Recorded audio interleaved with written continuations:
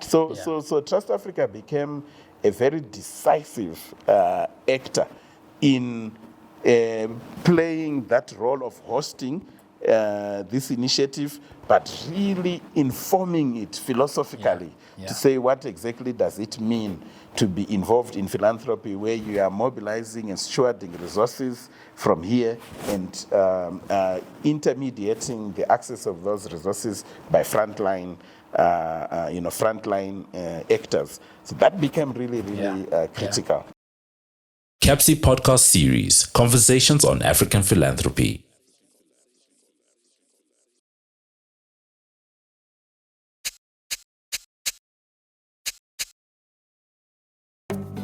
After 2 years and more than 80 episodes of our Conversations on African Philanthropy, we are introducing a series of conversations that are theme-specific, program-focused, and at times recorded at the request of those at the coalface of implementation in order to document and tell their experiences and stories. In the first of such series, we focus on the Zimbabwe Alliance Initiative, whose grants, convenings, capacity building, and technical support have fostered a vibrant civil society, where partners were empowered to design innovative and coordinated responses that amplified the voices of those marginalized, influenced the capacity of citizens to mobilize around national critical issues, engage with policymakers, and built regional and international solidarity in pursuit of a better Zimbabwe. Formed in 2010 to strengthen the role of civil society in influencing Zimbabwe's transition to democracy, the Alliance has evolved over several phases to what it is today. An initiative of several partners, Zimbabwe Alliance is a story of resilience, innovation, dedication, and passion expressed somewhat beautifully in some of the least expected places and ways. So, obviously, we then moved to a stage where grants are being made into the country, program strategies are developed. So the early part of the initiative, 2009, 2010, 11, up to the election time, is pivotal in the history of the initiative, especially around the groups that were working on democracy building, human rights, so to speak. But of course, the initiative supported that not just directly, but also through other forms. For example, if you look at groups that were in the space of art, an example would be Victory Zimbabwe, for example, where I spoke to the guy from Victory Zimbabwe. He's now a councillor now. He's now an MP actually. Oh, he's an MP. He's a member of parliament in Blawa. From Kulumani. He was actually telling me that before he became member of parliament. Yes. What's his name? Victory Zimbabwe. He's now a member of parliament. No. Last name? No. It's Desire Moyo, because he was a brilliant poet. That's how we connected with him, and we were inviting him into these spaces, and then we started supporting him. So now he's a member of parliament. He's a member of parliament, but he was telling me that before he became member of parliament, 2 or 3 of his group members became councillors, and then he himself is now a member of parliament. But he was actually placing that within the context of the role that art plays in either building cohesion, managing conflicts, but also art being an instrument really for democracy building and tracing that work around that. So that's one element of the work that, through the arts. Of course, there are other groups that we spoke to as well that have been using the arts. Makamba is another, etc. So that's one element in which we can talk about the role that the initiative played in using the art to actually deal with issues that the country was facing at a time. So let's talk about what you guys call artivism. So they definitely were several layers to it. And the first, one could even say it's like strategic thinking, where we were really seeing that you can shift the needle through art in terms of inspiration, in mobilization, breaking down concepts to the most accessible, format and words, and connecting, especially with young people. And as I said at the beginning, we had seen that there was very limited flow of resources into that space. I think in the feminist space, we learn that the personal is political. In this case, I could also say that the personal is professional, because I was coming from a background of being very much steeped in art for social change and art activism, which we later framed, or is now framed as activism, or even some people put it as anticipation. So even before, just as part of my activism in the early stages, I was involved in a lot of, theater for transformation, poetry, hip hop, urban culture that was, expressing resistance and aspirations for, the more desirable futures. So naturally, that became a priority for what we're looking at. So you talk about Victory Siyanqoba and Desire and this team there. Every initiative, activity that we're doing, we always ensured that art was an integral part to that. And it wasn't even in this instrumentalized sense of it. It was to really appreciate that art is a critical part of the social agents that is needed for transformation. So they would come in with poetry, they'll come in with theater. We've worked, ZimAlliance ended up investing in groups in small towns, in Kadoma, in Macheke, in Mutare, that were doing art. And Magamba Network being one of those leading ones that we invested in from the very beginning, and they were centering again youth expression, art, in how they were engaging in social justice struggles.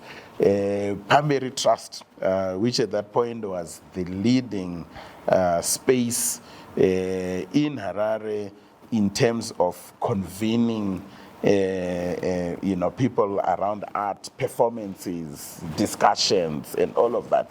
We ended up creating partnerships around that. So it's certainly one of those areas that one can look at, and you say we lived up to our initial insight that there were certain spaces that were marginalized from the resources that were flowing.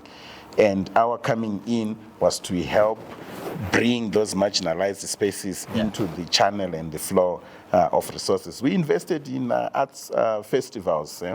We invested in the Zimbabwe Film Festival, and I remember brought the iconic filmmaker and the Wallaces, Scott Wallace, Christy Wallace, as investors in ZimAlliance, even came to visit and be part of this big showing of, it's called An African Election, one of the most iconic films that was ever made, on elections, but this is about the elections in Ghana. We brought the filmmaker to Zim and were part of the showing of that, of the film and the discussions that take place. We invested in Harare International Festival of Arts, which at that point was ranked amongst the top arts festivals in the world, and we were bringing artists from we brought iconic artists like Didier Awade from Senegal, and his full band. They came to Zimbabwe to perform at Harare International Festival of Arts, participate in different discussions, collaborate with local artists in Zim. We invested in festivals such as Shoko Festival, which is now in, I think, its 10th year running, We were part of the early investors, including investors investing in like inspiring innovations by young people to say, how do you really harness art for social change? So it really became a big area. And even looking back, it will still remain one of those things that you look at, you're like, this was worth it, and you still wish that there were more resources going into catalyzing things within the art space. Exchanges. We promoted exchanges, promoted Zim artists going to perform abroad, brought artists to Zim, created all those linkages. So part of what I got on my conversation with other people, so I spoke to colleagues from the Savannah Trust, and they were telling me that one of their films became one of the biggest in the world, which they were showcasing all over the world. But also, I think I was speaking to Michelle Gondo, who was telling me that the ZimAlliance Initiative produced one of the biggest songs in the country, which was a combination of various artists, Chiwoniso and many others. He was trying to sing the song, but yes, we worked, with Chi when she was around, and we have songs that we produced that actually did very well. Including on national airwaves. So there's actually a whole catalog. There's a project that we did called Song Zimbabwe, and if you look at that project, it has some really big names now. People like Dadza D, people like Gaspi Warrior, people like Ras Caleb, Pauline, you have Nati O. And we worked with like top producers, in the country to really just bring all of these artists together. People, when we even did the performances, we've brought in, young artists like Chengeto Brown to perform. We did another project where we brought people like Hope Masike, Amara Brown is on the Song Zimbabwe project. Amara Brown is on the Song Zimbabwe project, and this bassist who is in the UK now, Edith Wotonga. So these are top artists that we brought in, worked with, collaborated with, and created magic. I will tell you, the song that we did that brings Hope Masike, Edith Wotonga, Dadza D, Gaspi Warrior, and Pro Beats, because Pro Beats, who's like a top beatboxer, no one can beat him on beatboxing, he did the beat. That song is actually called It's Us and It's Now. So it's got like very catchy chorus, emphasizing that it's us and it's now. But there's just beautiful expression from all these artists packaging that theme and expressing that theme in a way that really inspires one and motivates one, to really be engaged. Like, we are the ones that we have been waiting for. It's us and it's now. Then, of course, during that period, one of the biggest, I think, results of the intervention is the constitution making and the constitutional writing. And some of the support that went directly and indirectly towards that. So there are colleagues in the Crisis Coalition and many others, including the late Alex Magaisa, who ended up being part of the advisory to the Prime Minister, but also part of the team that was drafting the Constitution. So again, maybe we can talk about your experience on the Constitution. It's definitely an interesting part of what became ZimAlliance work. And a lot of what we did in that realm was really inspired by the Wallace Global Fund, Scott Wallace in particular. He had a background himself in constitutional law. So when we would share that one of the biggest processes underway in Zim was constitutional reform. They had an interest to come in. I remember and come in a non-partisan manner. So I remember the first meeting we actually held in Zim was with the co-chairs of what was known then as COPAC, which was the committee. COPAC, it was the Parliamentary Committee on Constitutional Reform. So it was co-chaired by Douglas Monzora, who was representing the Movement for Democratic Change then, and Paul Mangwana, who was representing ZANU-PF then. So I actually remember our very first initiative was to sit down with these co-chairs and just discuss, try and understand where the areas of need were, and how those who wanted to give solidarity to this process could come in.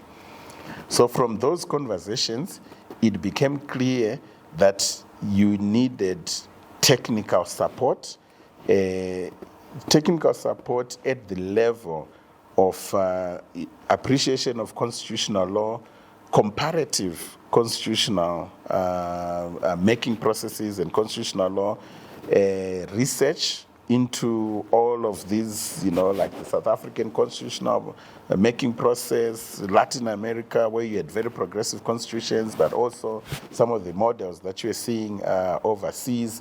And you also had gaps in terms of technical capacity around the actual drafting of the Constitution, like going into the nitty-gritty of the text and the management of especially these constitutional drafting processes that were under negotiated frameworks where, it was a lot of give and take, tensions would arise and all of that. So ZimAlliance ended up actually playing a big role in resourcing a facility to help meet some of those shortcomings in terms of researchers, drafting, and obviously one of the players that we worked with as part of that initiative ended up being right at the center of this initiative, namely, Dr. Alex Magaisa, who had come from Kent University then to do his duty to the nation in terms of the constitutional drafting process. So he ended up working very, very hard, and the advantage, the whole intervention became very influential because they would draft a lot of text, including text that would then be presented to all the parties to start to discuss. But the text is already there, so people are now editing here and there, and in the end, we really look at this with a great sense of humility, but also fulfillment, in the sense that the constitution that then emerges from this whole process is significantly way better than the Lancaster House constitution that had been there for like 3 decades at that point. But besides this technical support framework, that ZimAlliance was very much involved in its conceptualization, its resourcing. We were also very much investing in promoting citizens' participation in the constitutional reform consultation processes. So the consultation processes that were happening all over the country, because our commitment was to a people-driven constitutional reform. So through the partnerships that we're having with civic groups that were involved in this process, we're really promoting citizens' participation in the process. And there was a specific angle that featured in how we approached this. We came in with an appreciation that Zimbabwe had largely been framed as just a democratic crisis, like just a crisis of civil liberties and civil rights. But we knew that social and economic rights were also at the center. In fact, our whole analysis was that it was actually the economy that was the main problem. When the government failed to meet these economic needs, that's how you end up having protest, disgruntlement, which ends up provoking repression from the other side. So you have an economic crisis becoming a political crisis. So we wanted to make sure that the economic questions are not forgotten. So you notice that some of the early investments were actually in groups that would champion this message around the economic issues, like your Poverty Reduction Trust, Zimbabwe Coalition on Debt and Development, like really going into saying our constitution must have an appreciation of social economic rights. So that became a very balancing act, and I think another level to it was the monitoring of the whole process. So we also invested in groups that would monitor. When we say it's participatory, people participating, meetings being held in spaces that enable people to participate. Are they being held in a way that people will feel secure to be in it? So there was that monitoring of the whole process. That definitely is one of the biggest legacies of ZimAlliance, alongside, of course, many others who were bringing in vital pieces into the equation. So we then move to maybe the second phase of the alliance, which is, around the beginnings of thinking about the Citizens Manifesto, and the idea that, you have to build almost bottom up, and there we see a lot of groups that are coming in representing specific sectors and clusters. So on the one hand, you might have like your groups that are around vendors and trade associations. You have groups around rural teachers, the Amalgamated Rural Teachers Association.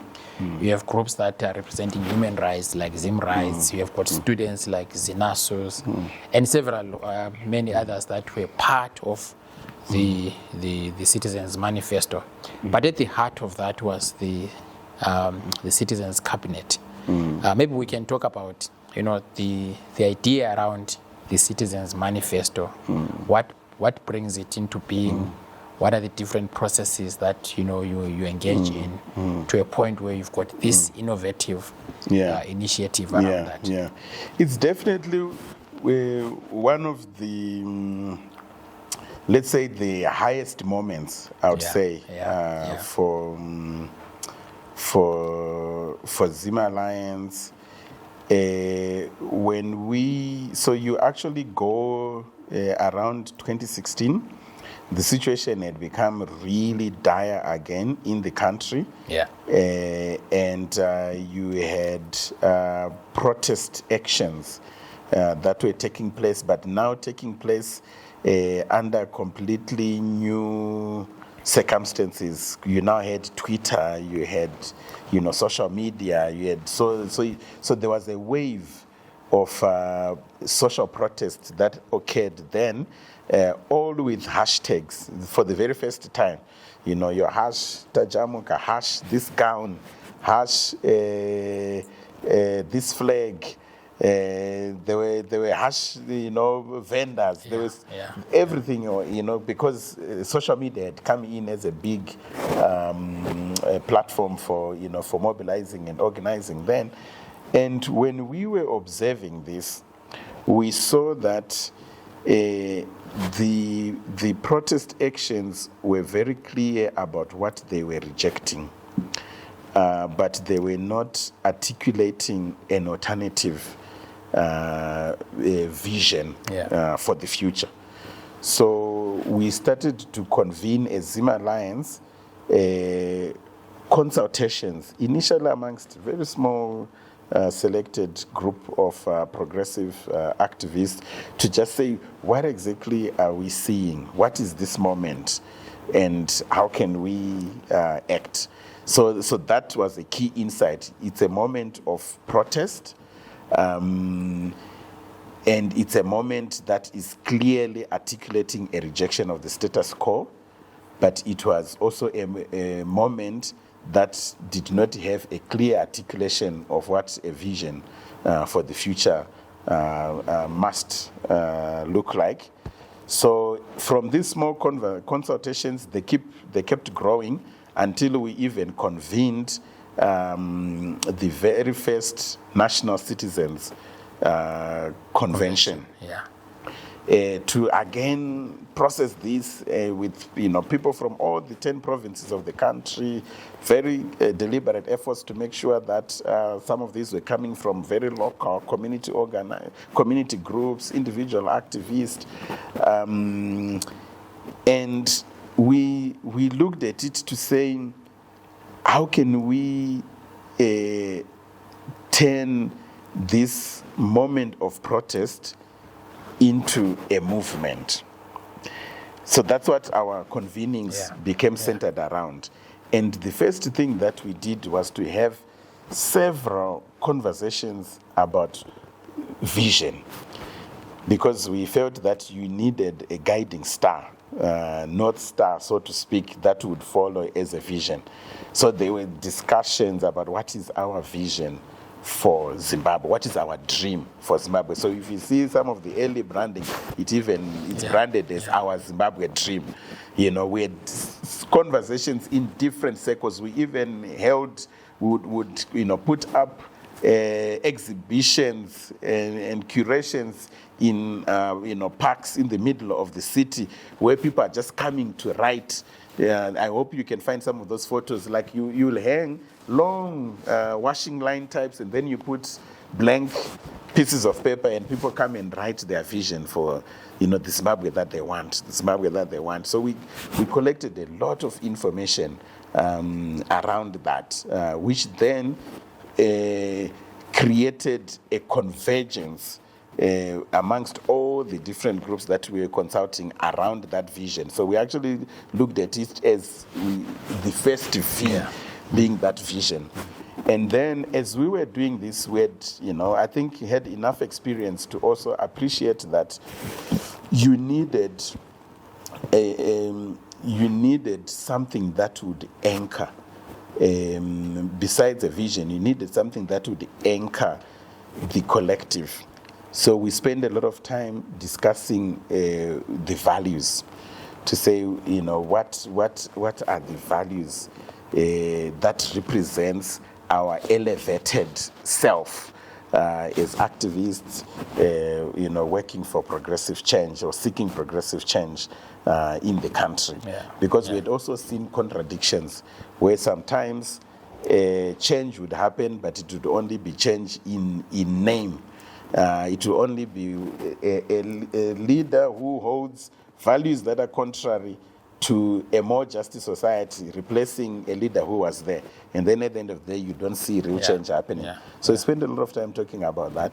And then we also looked at a third V that we're saying, then what should be the vehicle for our collective organizing and for us moving towards this vision of a better Zimbabwe for all. That's the language we started to use, a better Zimbabwe for all, anchored in values of solidarity, of community, of trust. What is that a vehicle? So the vehicle became, Citizens Manifesto became the vehicle, because we said we needed a collective movement, citizens movement, that would anchor all of us and become the channel for our expression and our agents and our activism in pursuing this vision for a better Zimbabwe for all. So those became like, the big three Vs, but they culminated in an actual Citizens Manifesto that we also spent. We had teams that went all over the country, 10 provinces of the country, consulting, and we ended up, from that process, drafting an actual citizen manifesto that talked about leadership. Talking about leadership from the point of view of servant leadership, where you are there to serve, not to be served. It talked about participation, where we were saying it's about everyone, it's about every day, and it's about everything that matters. We talked about citizens, country, and constitution as three key C's that, we're looking at. We had brilliant insights coming even in terms of, how citizens must responsibly engage in elections, where we're saying you must vote for a record, not a promise. Because we noticed again that the problem was that people were voting for whoever could print the most glossy posters, get the best photographs, where they would, have all these contrived looks, and then they'll say, I will, I shall. And we're like, no, there are people who are in your communities already who have a record. So vote for a record, not for promises. So Citizen Manifesto became a big vehicle. At one point, I would say the largest convergence platform in the country of progressive social forces, from labor, from students, from young women, from civic groups, even professional associations. It really became that. But we took it further by going to experiment in organizing in communities. The good thing that had happened, and this is one of the most, if TrustAfrica was very impactful in shaping eventually my own leadership of ZimAlliance, one of the most impactful things in my own evolution as an activist and a leader was my encounter with Kufunda Learning Village, more than 20 years ago when I was still an activist, and I participated in this process that they called Art of Hosting, Art of Participatory Leadership, which was the very first time I was looking at inner well-being, participatory approaches, like really hosting. How do you host yourself? How do you host others? So Kufunda was also a very key part of informing what we were doing as Citizens Manifesto. So there was an emphasis on community, and through Kufunda and some of the people supporting that process, we had landed on a mantra that says, whatever the question, community is the answer. So we actually pioneered what we called community assemblies, where you would go into communities and facilitate the community coming together to discuss the challenges in that community, prioritize those challenges, organize themselves, create a deliberative process where they start to attend to different things, all the way to engaging policymakers, engaging those who had the responsibility for solving some of these issues, whether it was, community clinics shutting down that needed to be reopened, whether it was workers in a community who needed their rights defended. So these community assemblies really became critical as a demonstration of how organizing can happen at a community level. And it was pioneering work and still holds, I would say, some of the best examples of really rooted, anchored organizing in communities, in Achuras, in Bindura, in Macheke, Mutare, different spaces, Kadoma, where at a very local community level, people were coming together. So this model of community assemblies, even now with where we are, still holds very powerful lessons for how organizing can be taken to the most local level. But another thing that you mentioned was the Citizens Cabinet. And the bulletins. That we created at that point. So we were holding these national citizens conventions every year. The second national, it's the first national citizens convention. When we held it, one of the most significant things that happened there is that we hosted Kofi Annan in Zimbabwe and the elders for what became Kofi Annan's last global stage. It was in Harare in the Harare Gardens, with more than 2,000 citizens gathered in the Harare Gardens, and Kofi Annan on the stage with people like Mary Robinson and other elders, really giving solidarity to Zim civil society, but also addressing especially Africa's young. It was a message to the youth in Africa. So we hosted Kofi Annan and the elders as part of this, and then continued a relationship where we would, constantly engage in terms of, and I engaged with Kofi Annan a month before he passed away, because he was so concerned about Zimbabwe. Like, what else can we do? What else can we do?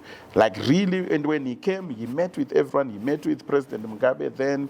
He met with African diplomats. He met with Western diplomats. He met with us as civil society. But we hosted Kofi Annan, a Citizens Manifesto, and the whole platform that we had created.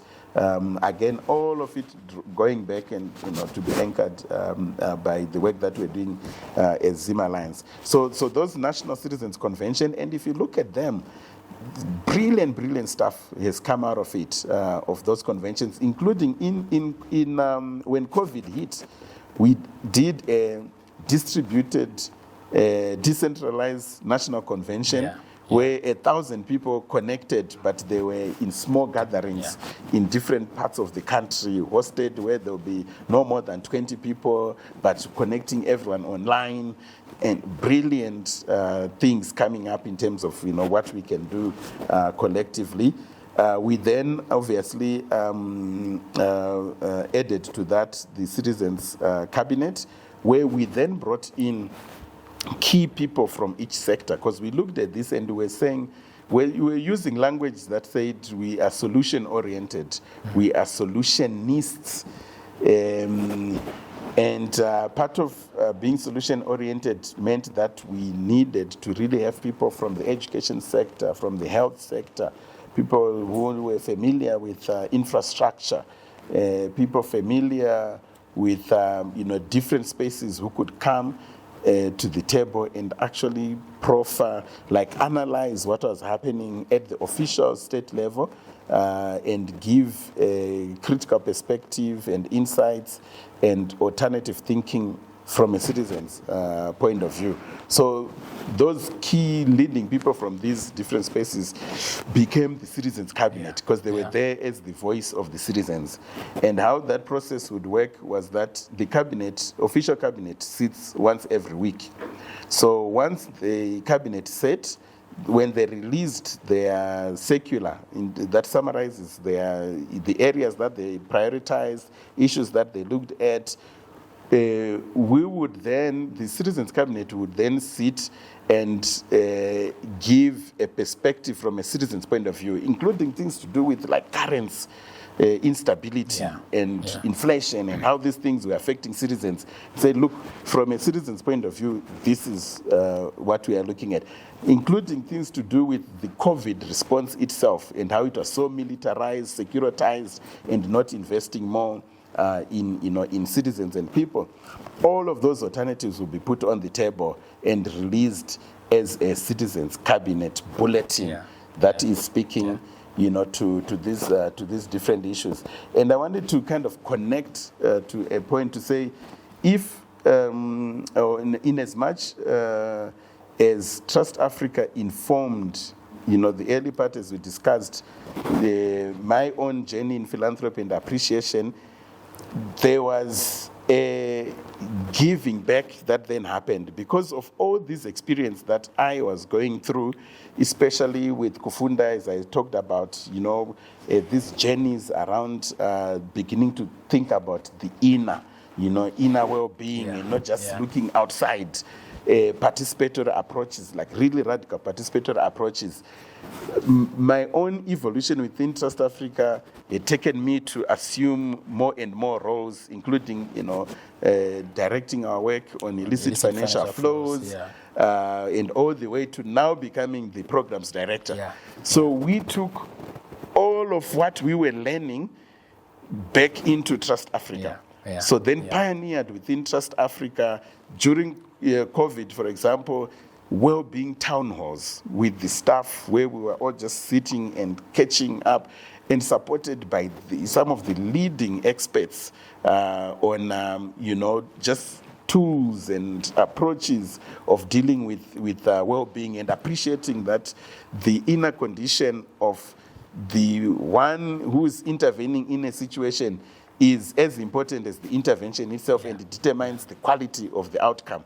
So we brought all of those insights, bringing in radical participatory approaches into TrustAfrica and elevating all the different things that we were learning within the experimentations and the prototyping that we were doing as part of ZimAlliance, elevating them to a continental level where some of them became really signature initiatives for TrustAfrica, including the African Social Movement's Baraza process.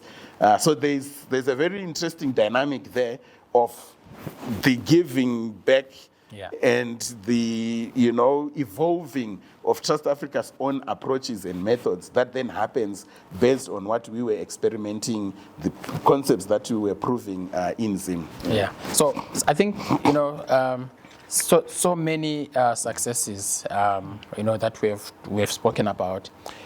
Some have to do with people who have gone through the ZimAlliance, getting to policy spaces, members of parliament.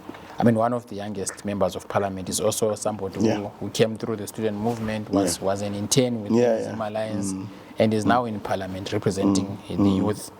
There's also issues around the constitution that we've spoken about, but the other is that these grants that were given were not big grants, and most of the groups actually see them as having been very catalytic in helping them to almost open opportunities and help them to do and build, some kind of track record. But one of the biggest questions is what happened to the Citizens Manifesto? Is it something that has morphed into a different thing, or is it dormant? Because a lot of people see this as having been one of the most innovative, one of the biggest ideas, but it has kind of become either dormant or it has morphed into something else. No, so definitely, I think early on we had realized that money was not going to be the biggest strength. Because if you look at the Zim space, there are a lot of people with a lot of money. Your bilateral actors would easily deploy, millions of dollars. So we realized that money was not going to be the biggest strength that we were bringing in. Our biggest strength was really around bringing in these new ways of doing things. Convening. Convening was really, really big, and you didn't need a lot of resources to convene. Bringing in the approaches, doing things differently, inspiration, thought leadership, to understand, what is the moment and what is the task of this moment, and how do we, so understanding the moment, understanding what needs to be done, and, really positioning to do it very well. And that's how we ended up playing that catalytic role of just investing the initial resources that allowed groups to then, from that catalytic platform, do extremely big things that we can never lay claim on, but really inspired, whether it's in the vending community, groups that we work with, like your VSETs, your in your Blawa, Vendors and Traders Association, young women, your WOWPEs.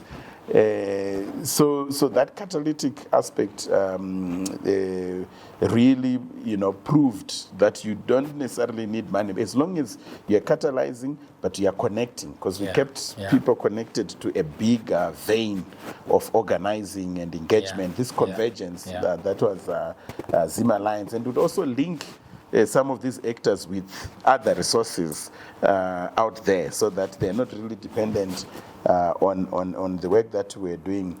And if you look at Citizens Manifesto, it flew to a really great height, and it Yeah, it starts to demobilize when the Citizens Coalition for Change emerges. Yeah. It's always a dynamic that happens to say, how does a smaller, progressive, civic force even position itself in relation to a big popular wave that is emerging on the other side. Yeah. If you look at different moments in history, this big wave that emerges tends to crush everything around it. Yeah. And even swallow, absorbs. It's the same thing if you look at when the movement for democratic change emerged as this big wave. Most of the small sites, small in quotes sites of organizing, were completely crushed into the movement for democratic change.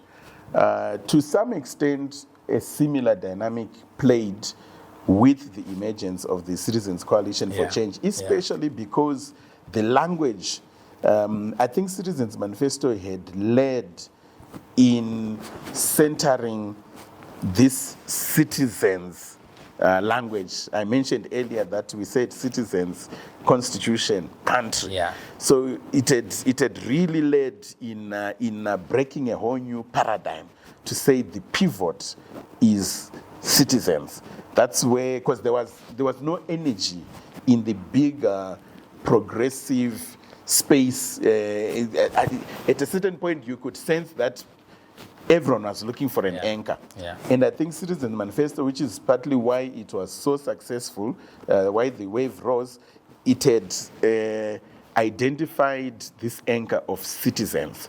Like, let's put our focus on citizens, prioritize citizens' voice, citizens' participation, and even pioneered, as I said, citizens' assemblies and all of that. So when Citizens Coalition for Change emerges as this big wave, I think the organizing that was happening around Citizens Manifesto was not robust enough to prepare strategically and even tactically for how to relate with that. So you would have instincts that went all the way from not wanting to be seen to be undermining this, contesting this, and at the same time not wanting to be seen to be part of a clearly political partisan agenda, because CCC had then emerged as a party. So to a very large extent, it created a bit of an exit, a demobilization from the space, which, as you have mentioned yourself, I think a lot of us have seen that given what then happened, how the political project could not sustain, could not remain intact, fragmented. A lot of us have now seen the importance of maintaining independent citizens organizing. It would have really continued. We think a platform like Citizens Manifesto would have continued to provide that kind of, leadership, thought leadership, leadership even in terms of actions that citizens could be involved in terms of continuing to advance from a citizen's point of view the agenda for progress in the country. So I mean, I also think one of the groups said during that time, another thing that was creating the complexity is that the Citizens Coalition for Change was also talking about a Citizens Manifesto. No, in fact, some of them actually confessed that if you guys had not used this language, we would have released our manifesto simply calling it Citizens Manifesto. So they were also in a quandary themselves. They were coming into a space where some of the language clearly had been deployed, Yeah. and so they were really caught in a hard place. Because, of course, the best thing for Citizens Coalition for Change would have been to release a manifesto called Citizens Manifesto. yeah. But at this point, they couldn't because Citizens Manifesto had really, become known and associated with a citizen initiative. So they were really stuck. Yeah. So there are many lessons there, I think, that we can learn in terms of, the confluence of different agendas. So there's the civil society and citizens agenda, and the political agenda, and that really caused some part of that challenge. But that one is an unresolved question, Yeah. Becky, and it's an unresolved question not just for Zim, Yeah. but continentally, and one might even say globally. If you see what happens with most of the best social movement leaders, civic organizers, and activists, they stop at the water's edge. So you do everything that we've been talking about now in terms of building agency, thought leadership, convening, and all of this. But the way that our political reality is currently structured is that after every 5 years, there must be an election where councillors are elected, members of parliament are elected, a government is constituted. That's the political reality. But what you see happening is that social movement leaders stop at the water's edge. They don't know how to then relate to this question of the political power, actual political power, especially because it's organized through partisan frameworks. Yeah. So you end up having a situation where political actors and power mongers in many respects end up riding on the wave that will have been built by social movement organizing to go into political office, because they're the ones who then run. Their agenda is to actually run for office, but it's rare to find social movement leaders, civil society leaders running. There are cases, but for the most part, the civil society leaders stop and they don't go further.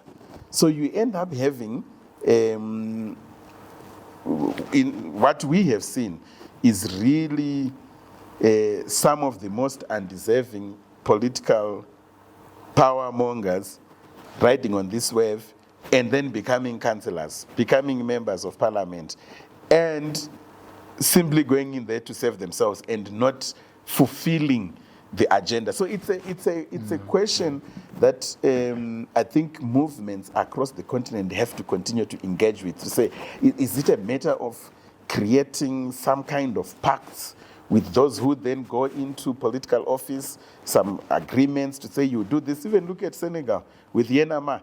They played such big roles in getting Wade out, but they did not go into the government with Macky Sall. They are all still just walking the streets in their wards and communities and stuff, and undeserving people went in and then became the political, the councillors, the MPs, and they are controlling resources of those communities, and for the most part, they have not done anything in terms of solving the pressing challenges that those communities are facing. So it's a big question that needs to be solved. Yeah. I want us to move towards the end, but before I do that, I want us to pivot and talk about the changes in the objectives and maybe the tactics and approaches. But before we do that, was there any logic in, you did say that money was not the most important consideration here. Convening is probably one of those, and other approaches. Was there any logic around the way in which grants were done? Because, like I was saying earlier, the majority of the grants were once-off. They are not repeat grants. There are just a few institutions where you did repeat grants. Was there a logic in that, or this just happened to be the case? Yeah. So it's a very correct observation. So at the beginning, you will see that there was a logic that primarily sought to influence the constitutional reform process, and it sort of transitions into seeking to promote greater transparency and accountability in the electoral process. So you can see that coming in. But as we progressed, especially post 2013 elections, and the resources that were available to us, were also going down, what we really started to see as the strategic value add was this convening. So we actually did several donors convening, Zim donors convening, because there were no spaces where donors working in Zim, especially in terms of supporting civil society, would actually sit and engage some of the questions that we have been discussing in the last hour or so. So we facilitated those, including the last one we did was actually convening that was saying the theme was around working with social movements. And we convened, I don't know, more than 15 donors came to sit around that. And this was already, again, informed by the moment, because this is a moment when you're seeing the rise of movements. We did some studies, so knowledge, knowledge building, knowledge generation and contribution was, something that we could do without needing to have a lot of money. And we had also dealt with a reality where some of the funders who were investing in ZimAlliance were simply doing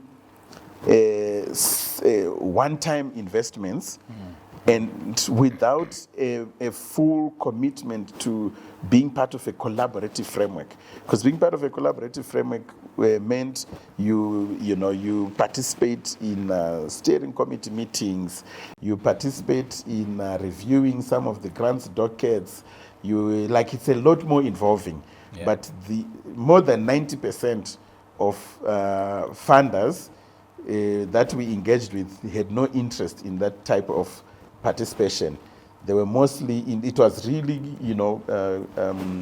funders like your Wallace Global Fund, especially through Ellen's leadership, were really engaged, properly engaged in demonstrating solidarity and fulfilling that philanthropy is not just money, it's also time, it's talent. So you contribute all those faculties into this. But for the most part, we see that the way funders already had their strategies and they didn't want to dissolve their strategy into now this one strategy called ZimAlliance and framework and invest time. They would just be interested in, let's talk once a year or something like that. Yeah. So all of those dynamics that we had not foreseen at the very beginning, and some funders would also just come in and they had an interest to actually say, look, they have a project interest to say, okay, our real interest is around this project, and they try to see if you can harness and deploy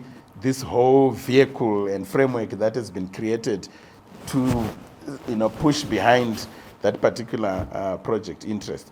So I think as we're moving in, we became less and less focused on this strategic investment of resources to say we will do constitution, we will do social economic justice, democratic rights, with young people, artists. We started to really look at what are relevant social forces, and those were evolving. And how can we play a catalytic role in just taking them to the next stage? So that's what ended up explaining sometimes that will just come to you. And one of the best and most successful investment we did was to support a young women platform. And what we supported them with was the first convening that they would be able to invite people and people see a showcase of what they are capable of.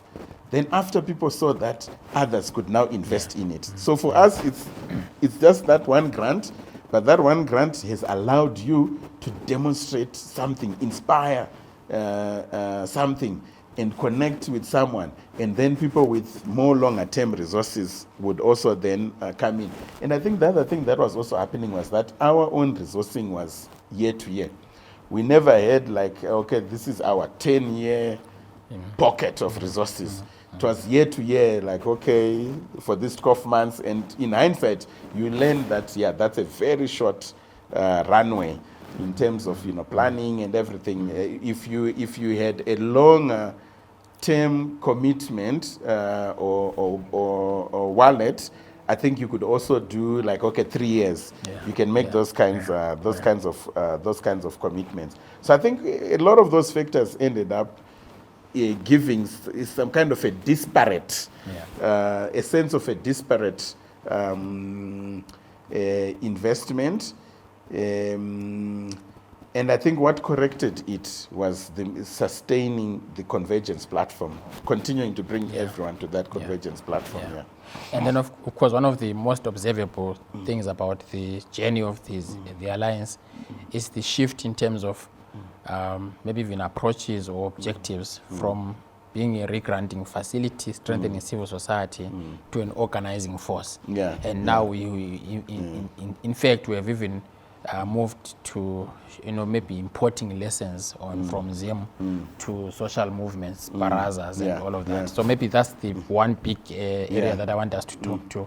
I know my colleagues are tired now, but I have you here. I have to ask you this question. Yeah. So let's talk about this shifting. Definitely. And I think part of what informs that is, an emergent way, an emergent approach. I think from, and it connects to the conversation we were just having, we did not go with these waterfall approaches where we do a log frame and then we are saying, predicting everything that will happen over the next 5 years, then the next 5 years, then you put in the money here and then these outputs come out like, some computation process. I think we pursued a process where things were quite emergent, and we were in action, reflection, and further action or refined actions, cycles. I think I said earlier that the personal is professional. Because of the issues that we are dealing with, and everyone that's come into the ZimAlliance space, the one thing that you'd find there that was common with everyone is that there was actually a personal commitment to democracy, to rights, to social justice. Like there was that personal commitment. It wasn't just like something that people are doing in their professional sense. So you would find that the same people who were part of the different initiatives we're doing would go and march and, raise posters and banners and messages. They would be down in town facilitating. I remember when, nurses were on strike, helping to organize them and connecting them with citizens. Like there was that like an activist collaborative framework, so to speak, because it wasn't just donors, it was an activist, donor, civil society collaborative framework. That's what ZimAlliance really became. And it was not just confined to the national space. So the key questions that were emerging, you would quickly realize that these were questions that activists in Johannesburg were asking, activists in Dakar were asking, in Burkina Faso, in Nairobi. So we, because I think of the model that we were pioneering, we were quick to actually realize when we saw the social movement moment emerging, that we needed to create a convening of movement leaders from across the continent. So we actually held the very first one in Harare, 2018, the very first African social movements, Baraza. And it brought leading movement leaders from, as I said, Yenama in Senegal, Ballet Citoyen in Burkina Faso, La Lucha in DRC, Fees Must Fall, like all the leading movements from across the continent, leading movement organizers from Kenya, they all came to Zim to again look at all these questions around how do we approach the questions of social and economic justice? How do you approach organizing? What are the best ways of organizing? How do you harness technology? How do we solve the question of mutual solidarity, people-to-people solidarity across the continent? So that quickly elevated, and it's the continuation of the organizing story. Like the organizing then did not just become organizing within the national space, it actually became organizing within the continental space or with a continental scope. Because at that point, I think at the first Baraza, there were maybe 15 countries represented there. The second African Social Movements Baraza, you had more than 20 countries represented. And it has continued as a process that's connecting people, creating its own different affiliations, people working on, whether it's climate, it's activism, it's rights, it's different things. So those have continued, but they've built from, again, that evolution from just thinking about re-granting to appreciating philanthropy as being a lot more. I think organizing is one of the biggest gifts that we can ever bring in, into a community, into a space. So I think the expression of philanthropy, the ZimAlliance model of philanthropy, really centered this organizing piece nationally, and lifting up the success stories or the inspiration to a continental platform. And the African Social Movements Baraza is really one of the biggest expressions of that. So I mean, with all forms of resources permitting, what's the next iteration of ZimAlliance? That's a very interesting question, Becky. The way I look at it is that we have had the rare privilege and freedom to prototype and experiment that you don't normally get, and to draw the lessons. So the next iteration of ZimAlliance for me would really be around creating a hub or an anchor that really galvanizes and consolidates, especially what has been learned around organizing, around participation, around well-being, around community as the answer, around social movement building, around solidarity, around convening, convergence, around thought leadership, like a hub that really connects and services all of these beautiful lessons and insights that have emerged, and lift them up to a continental level in terms of really examples for how we can achieve impact in this quest for a more just society. So Briggs, let's end by me asking you, as the person who was really at the beginning, one of the founders, perhaps the founder of the ZimAlliance, sitting here today and looking back, it has been a reflection, very insightful reflection. What is it that you would probably do differently if you were to do it again? Very good question, very good question.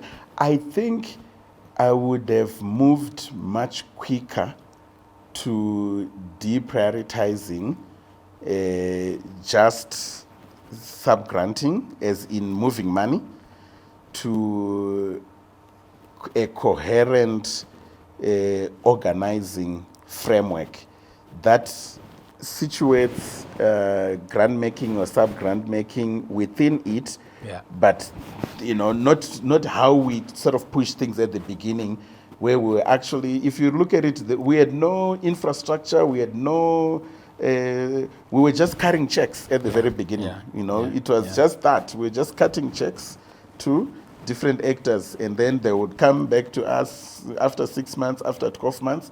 So I think it would have been a quicker appreciation of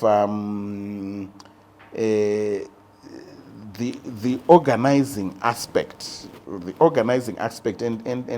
and really imagining that organizing aspect maybe in a more coherent way, as in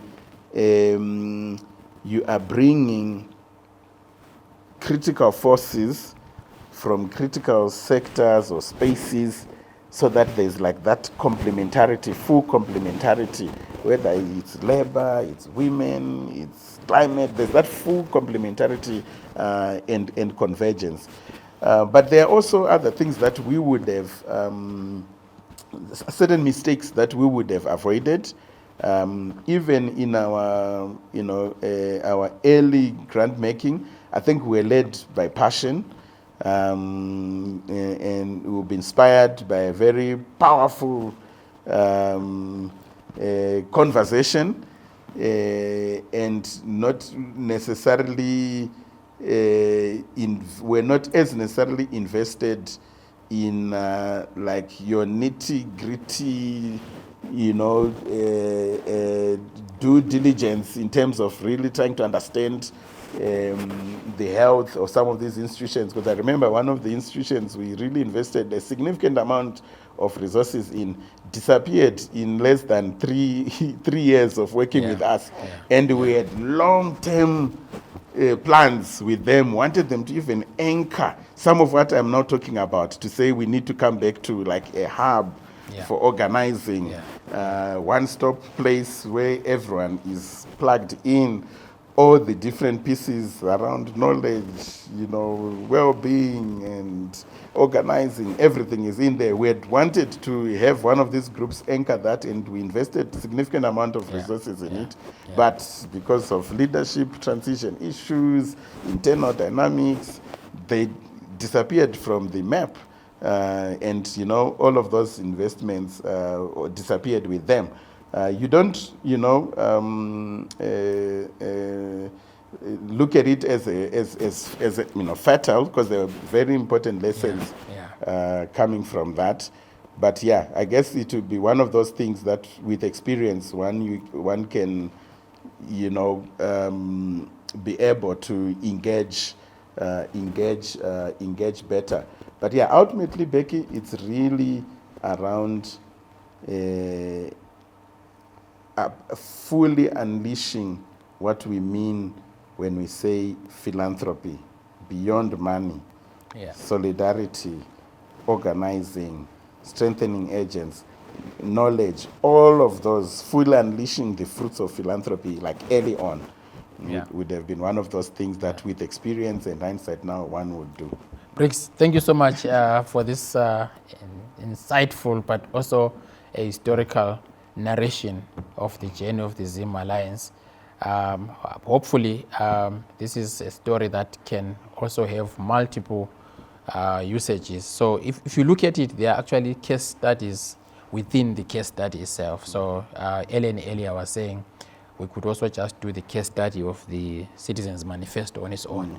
But also the social movements are another case study on their own, in the early parts of the community assemblies. So there's just a lot there that I think we need to think about, which obviously then lends me with this last question around the visibility of the ZimAlliance. What are the different ways in which you are actually doing that, so that people can know about this initiative? I think it's due for the next chapter. And the beautiful thing is that that next chapter will be led by new leaders. I'm now in a different space or different role.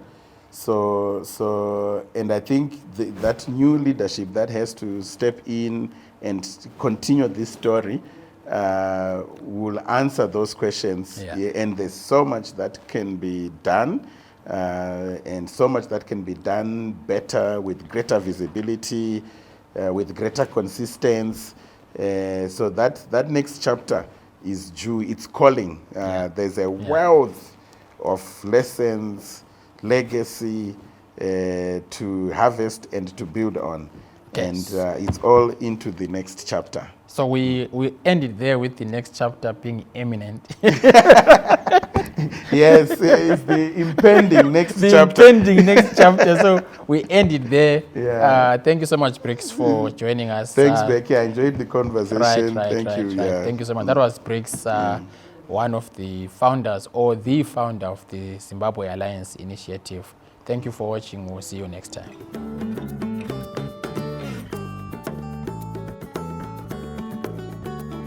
You've been listening to the CAPSI podcast series, Conversations on African Philanthropy.